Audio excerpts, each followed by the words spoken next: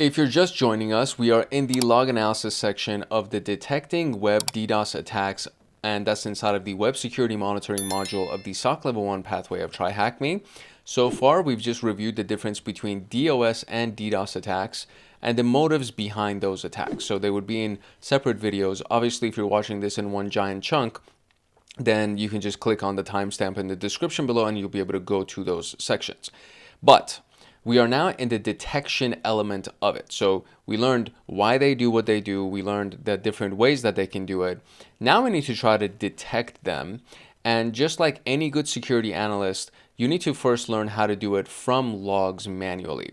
And being that these are being done against web applications and web services, web servers, then we need to look at web server logs. So this is, again, it's all part of the web security monitoring portion. So obviously we're going to be looking at web server logs.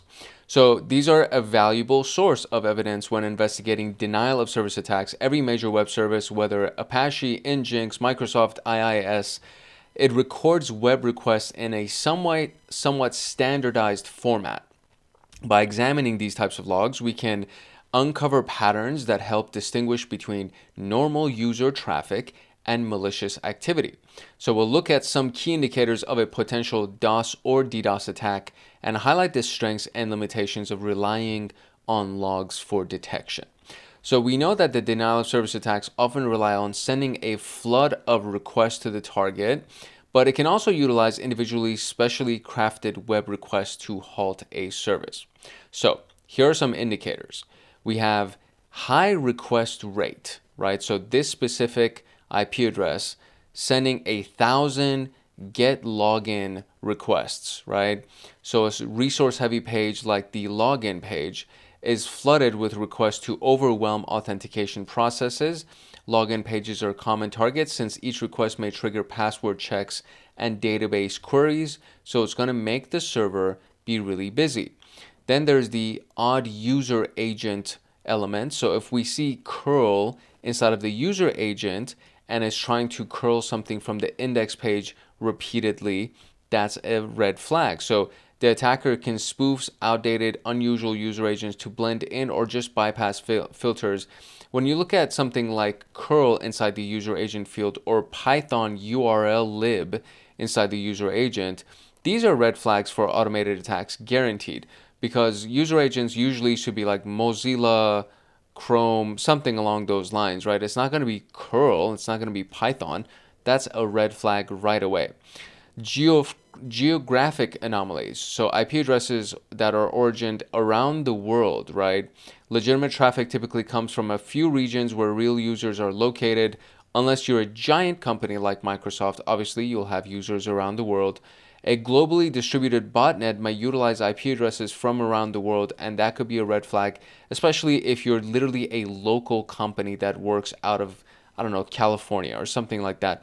You are for sure not going to expect, you only do deliveries in California. You don't ship to any country across the world. So it's like, why are there so many global IP addresses trying to attack you? Then there are burst timestamps. So 50 requests in 1 second. That's kind of crazy. That usually should not be happening unless you, again, are a Microsoft type of a company where you have hundreds of millions of users. So 50 requests in 1 second and being sent to the search query. So a sudden spike of requests packed into the same second creates an unnatural traffic pattern that points to automation. That's another red flag. Server errors. So anything that starts with a 5 in the response code, service unavailable error, and getting a significant spike of these. So a sudden surge of these types of responses indicates that resources are maxed out and the service is struggling under attack traffic. And finally, we have login abuse. So you want to get something from the product page, limit 999,999.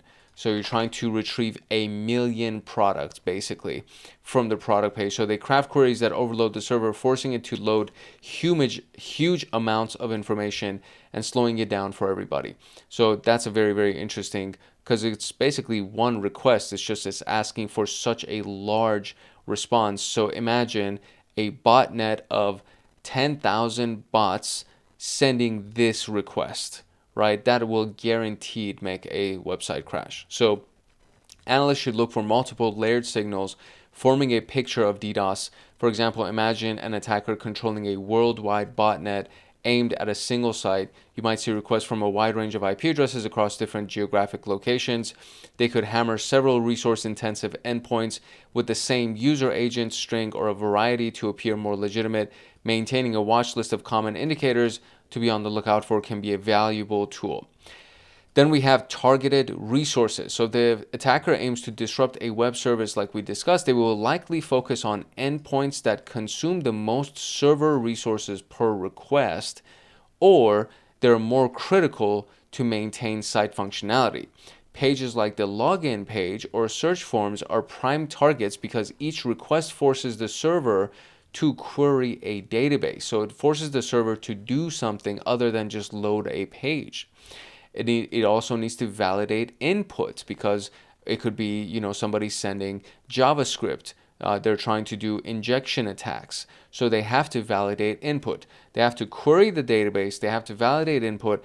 And then if it's all legit, they'll return some kind of a result. And if it's not legit, they'll return the error message. This is a 3-step process that the server has to go through for every single request that is submitted. This makes the request far more expensive to process than static content like product pages or images. So this is obviously going to cause a lot of energy usage, a lot of resource usage, which will then obviously force the server to crash faster, or it'll crash with less queries sent to it. Common target endpoints are the login page, the search page, API endpoints, registration or sign up pages, contact or feedback pages, carts or checkouts. And carts or checkouts require session management, inventory checks, and payment processing, which again, resource intensive. Contact is submitting data, register, sign up, submitting data. API endpoints, critical for dynamic content delivery. Search submits data, login submits data. So these are all endpoints or locations where there will be data processing done instead of just loading a page or loading some kind of an image. So let's actually look at this in a format of a log. So you have normal user traffic. Every couple of seconds, user requests a page or receives a response. So that's their baseline user traffic. Denial of service attack, beginning at 10:01:10, you see the IP address begin to send repeated GET requests to login.php. Web server down, user are requesting pages and receiving 503 responses indicating that the service is unavailable. So these are 3 different examples that we have here.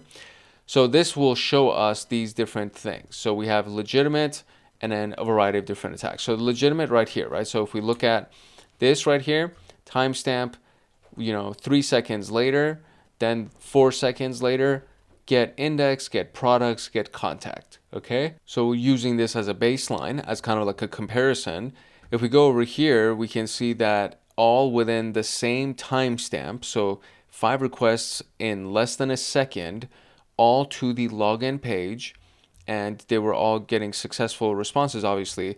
But here's another one, right? This is Mozilla as the user agent. This is curl as the user agent, and curl is something that would be done via the command line, so therefore that is most likely being automated. And this is coming from this same IP address, so this is a denial of service, not a distributed denial of service. If we go down here, we have different IP addresses, 30, 33, 33, so 2 different IP addresses being done within different times, right?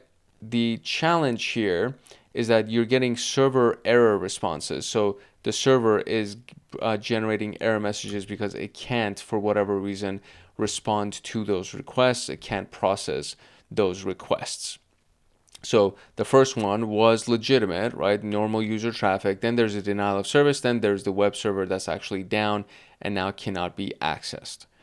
So here's the hands-on portion of this. I think we're about to actually do an exercise. So we have the Bicycle Parts website that has undergone a denial of service attack. So we're going to open up the access log and begin the investigation.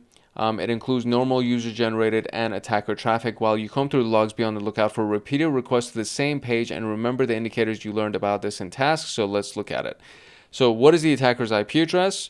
Which page is repeatedly targeted after the attack? What error code do legitimate users receive? Okay, so that's all the questions that we got. So let's now zoom out and let's load our virtual machine here. Hopefully it doesn't crash on me and it actually loads. And we'll go ahead, there we go, beautiful. So there's our access log, it's on the desktop. So where am I? I'm on Ubuntu. Let's go to desktop real quick. And there's the access log. So let's clear this out. And so this is what I usually do, right? I just go here and I'll do something like this. I want to see how big it is. So I'll do cat, it prints the whole thing for me. And if I scroll up and go to the top, oh, I get to see the very, very top. So it's not that big of a file. Okay, so no problem. So now we are trying to see, I mean, right there, this is just at first glance, you can just see it. Get login. Look at that. That is so many, and it's all coming from the same exact IP address. So that, I mean, that's it. That's all. I just needed to look at the log. I didn't even need to do a deeper analysis. So it says, what's the attacker's IP address? This is the IP address. I can guarantee that that's the answer. Very good. Which page is repeatedly being targeted? And that is the login page. After the attack, what error code do legitimate users receive? So if we go down to the bottom of these requests here, and let's go to the first one after this. There we go. So this was the malicious IP. This is a regular IP. Get products 503. This is the same guy again trying to get products 503, or products seat 503, product 503. And this is all the same user trying to access these things, right? Product handle 503. Support, they're trying to get the support page. This is actually a different IP address, and they are also met with a 503. So our website completely has crashed, and the error message is a 503 response. So there we go. So that's the quick little investigation that we just did for our log analysis version of this, where we actually go through the logs to try to detect the type of attack, the DDoS attack, or in this case, it was just a regular denial of service attack. So that's how we do it through the logs manually, which was, again, it was a small log. You could see it very easily by just loading the log. I didn't even need to do any kind of an advanced search. But for a big business or a big website, most likely the log will be much bigger than that. So let's now talk about using SIM tools, leveraging security information event managers to do the investigation.